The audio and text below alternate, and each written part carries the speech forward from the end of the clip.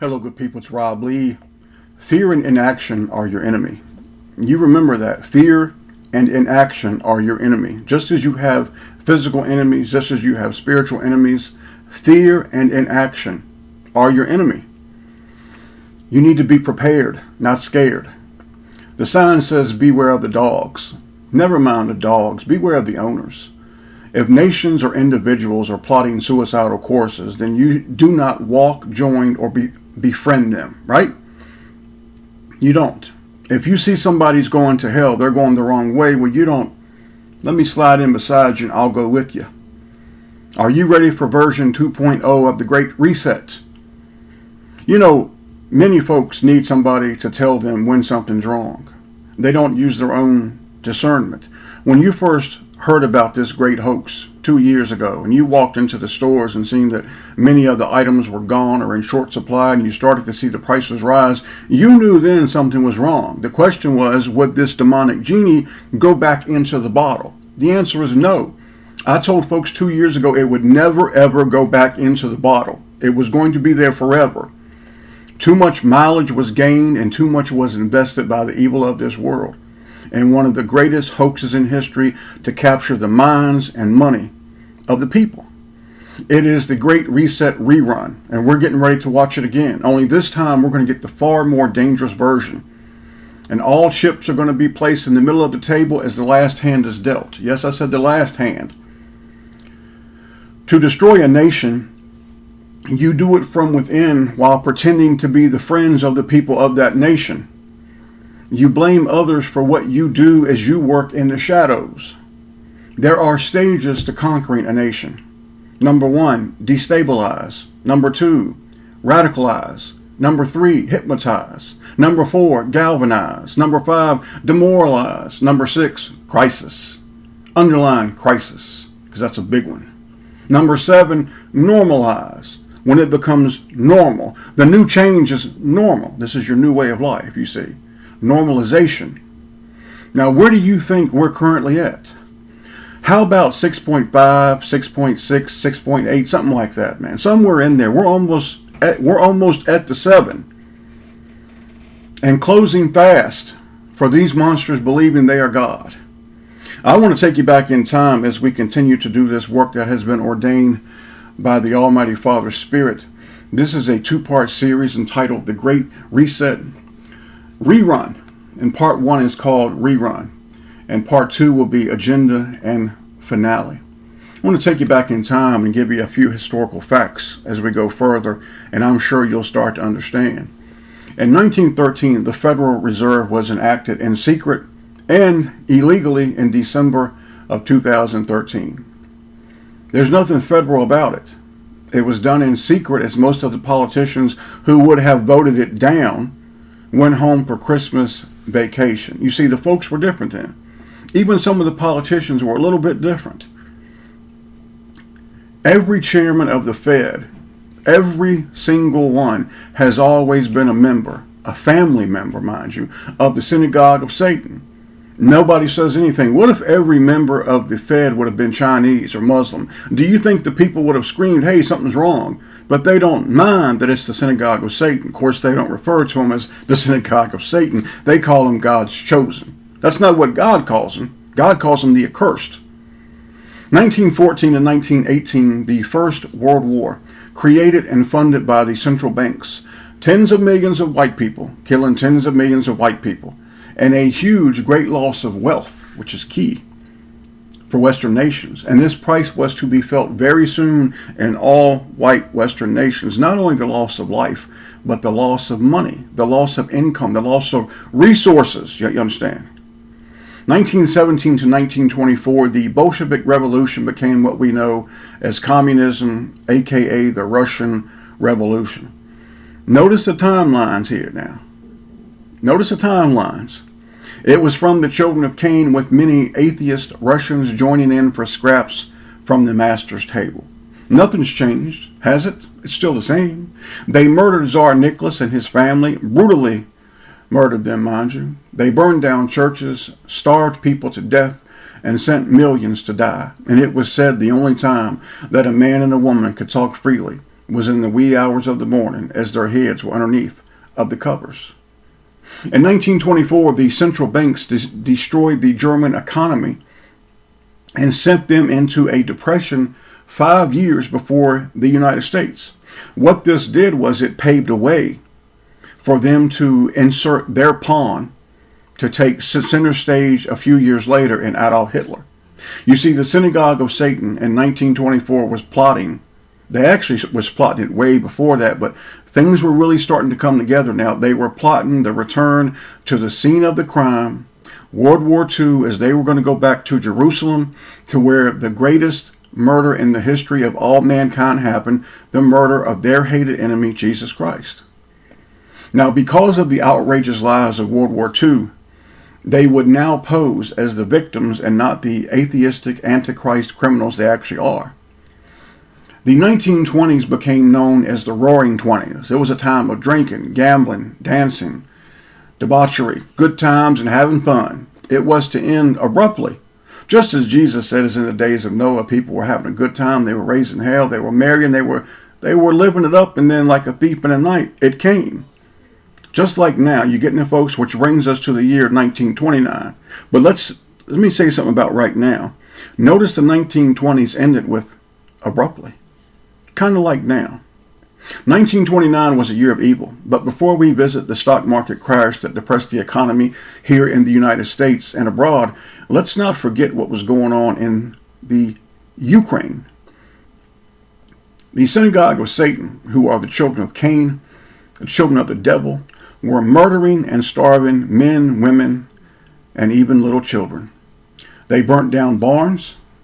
While the wheat was in it, they confiscated food, and they murdered.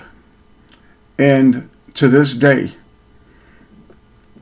nobody says anything about it. It's covered up. There's a reason why.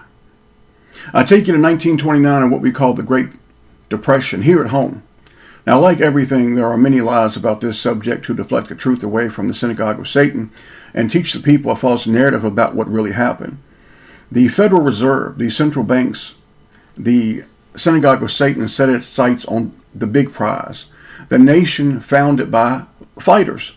Now, I loathe people that slam how this nation was founded and all the nonsense that goes with it. There was a guy who left a comment in the last video about Andrew Jackson, and I've heard people talk about Washington, Jefferson, all these people. Let me explain something to you. Many of you who say these asinine comments, you don't know how God works. You obviously have no relationship with the Most High to understand what was going on with these people called the Israelites and what had been prophesied and what my father said he was going to do with these people and for these people. These people came here because they were escaping Judaism. Catholicism was just the face. What was behind Catholicism was Judaism. That's why these people came here. God gave them this nation. Okay, I digress. In the United States in the year of 1929, the Fed deliberately depressed the economy by crashing the stock market. That's right. Deliberately.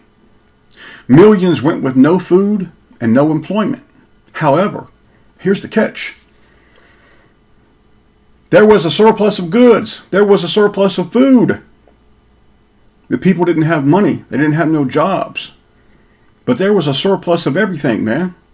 But guess what else they did not have? They did not have jobs. They did not have money. But guess what else they did not have? They did not have a warning.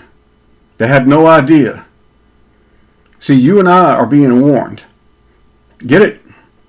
Now, how did the people overcome this tragedy that caused so much poverty, suffering, and hard times? Prayer.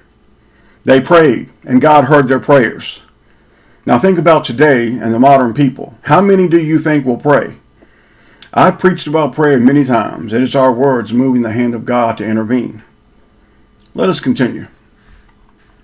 1932 to 1933, maybe even into 34, just as the Depression was trying to end and Hitler was coming to power and paving the way for the Second World War and the return to the scene of the crime in Jerusalem, President Franklin Delano Roosevelt, who is we'll say he's a He's certainly a blood relative of the synagogue of Satan, but as I told you in a previous video, there's never been a 100% blood relative because it would be too obvious.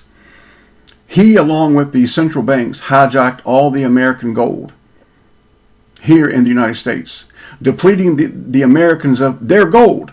You see, their resources were being stolen. This was in 1933 to 34. Now, who knows how much gold made its way overseas to vaults and eventually to the state of Israel after 1948. And who was the biggest supporter? The churches then and now carry the flag for the central banks. It's a hexagram. The Bible calls it the star of Renthan, Amos 5:26, meaning the devil. The churches and masses wave and swing the flag and shout, these are God's chosen people and this is their banner. How naive, blind, and delusional the world has become to believe the same people that God cursed forever and that Jesus Christ called the children of the damn devil can now be chosen. Chosen by whom?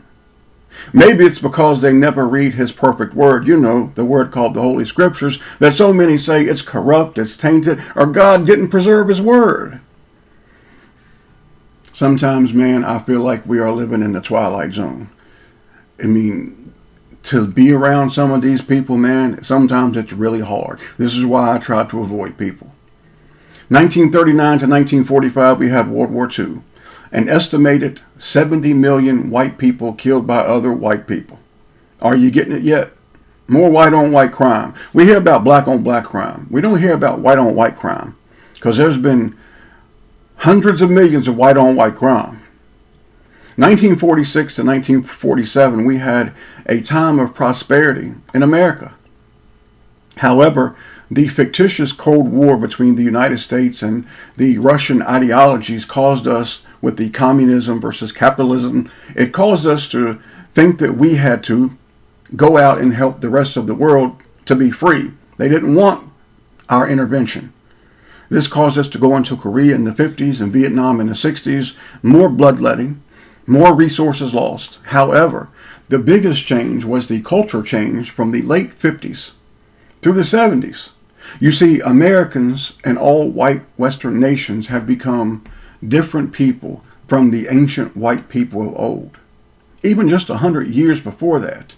If you go back to 1850, those white people would not have recognized the white people of 1960. They just would not have known who are you people, man? Now, we were to have many more events that led us to the Great Reset, that is the ultimate move by the agents of evil for total control. A digital, cashless society that has one currency, and it will be kept on your card. And you can only receive your goods if you are a part and contribute to their society, if you go along. This is not the mark of the beast. When the mark of the beast is across your forehead and your hand, it has to do with your allegiance and your actions. By the time of the 80s, the cultural change in this country was in free fall. On September the 11th, 2001, Americans screamed, cheered, and cried. They wanted payback for those responsible for the tragedy of that day. Those responsible were still posing as God's chosen. Those responsible were the ones who filmed it. Those responsible were the ones who showed it to you day in and day out on the TV news. The people screamed and cheered as we bombed a few other nations. Patriot Acts 1 and 2 reduced the people to being slaves, and yet the people kept cheering and praising not God, no. Praising not Jesus, hell no. Who were they praising? His enemy. Amazing how the people praise God's enemies and at the same time ask God for help. God, can you help us? But I'm going to keep praising your enemy. Funny how that works, isn't it? To put God first is the way we are commanded to live. Jesus Christ told us, what's the first and greatest commandment? To love your Father with everything in you. With everything in you. That's the first and greatest, man. To love God above all. I mean, every part of you. That's number one. To put the family of God first is a virtue and not a crime. Not a crime. To love the way God made you and to life that he has ordained for you, it's not a crime. They want us to hate everything that God has made us, because they want to reinvent and redo and do away with us. So we have the Great Reset 2.0, and it's going to be heavy, man. But we are being warned, and we don't have to be scared. We just have to be prepared. I'm going to do this one more time, because in the last video I put this in, it was censored. Therefore, I'll say it again, but certainly will not make a habit out of it. And then I will close with my thoughts. I want to thank you who have reached out to me. You know who you are. I appreciate it very much. I had a brother tell me the other day that he prays now more because of our work. I cannot tell you how wonderful that makes me feel. When people tell me things like that, I cannot tell you, it makes it all worth it, because that's the goal. You see, I love praising my Father. I love praising Jesus Christ. I love trying to teach as best I can. I'm not very good at it, but I do the best that God gives me to work with. But I love it when people tell me they've gained from it. Thank you for helping this ministry to keep rolling. And there's some of you, you know who you are. You are responsible. You kept it going. I'll not have a Patreon account. I may do a PayPal. I'm not sure yet. They all seem incredibly evil, which is par for the course. What I'm looking for is a few folks that would contribute a little bit of something monthly. Not weekly, but monthly. My final thoughts. It is the greatest of crimes, folks, to help an enemy destroy one's people and nation. In everything that we've discussed, the culprits had inside people and forces helping them to destroy this nation. This is in stark contrast to the ancient white nations of yesteryear, who removed the enemy many times and did not flinch in doing so.